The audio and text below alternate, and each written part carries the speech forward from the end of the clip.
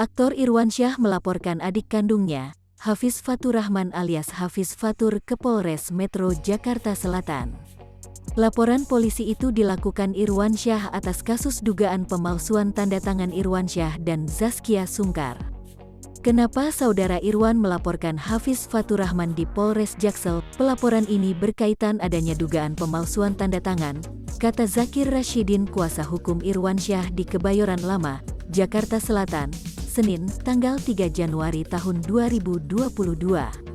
Hal itu membuat klien kami kaget saat ada bank yang mengirimkan surat tagihan ke rumahnya, ucap Zakir Rashidin lagi.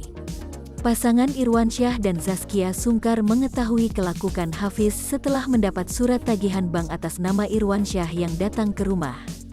Zakir Rashidin mengecek langsung tagihan tersebut dan diduga yang melakukan peminjaman adalah Hafiz Fatur Rahman.